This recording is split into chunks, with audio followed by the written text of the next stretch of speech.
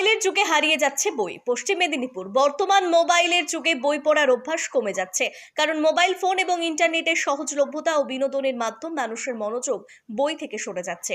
শিশুরা খেলার পরিবর্তে মোবাইল ও ইন্টারনেটে আসক্ত হচ্ছে এবং অভিভাবকরাও তাদের হাতে ফোন তুলে দিচ্ছেন, যার ফলে নতুন প্রজন্ম বই থেকে দূরে চলে যাচ্ছে।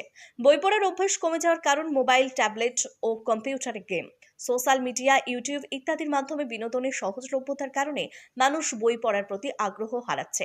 অনেক অভিভাবক তাদের সন্তানদের আবদার মেটাতে ছোটবেলা থেকে স্মার্টফোন বা কম্পিউটার কিনে দিচ্ছেন, যা তাদের বই থেকে দূরে ঠেলে দিচ্ছে।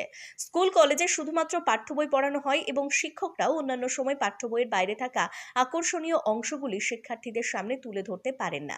প্রযুক্তির এই যুগে মানুষের জীবনযাত্রার পরিবর্তন এসেছে। আগেকার মতো এখন আর মানুষ সময় নিয়ে বই পড়ে না, বরং মোবাইল বা ল্যাপটপের স্ক্রিনে সময় কাটায়।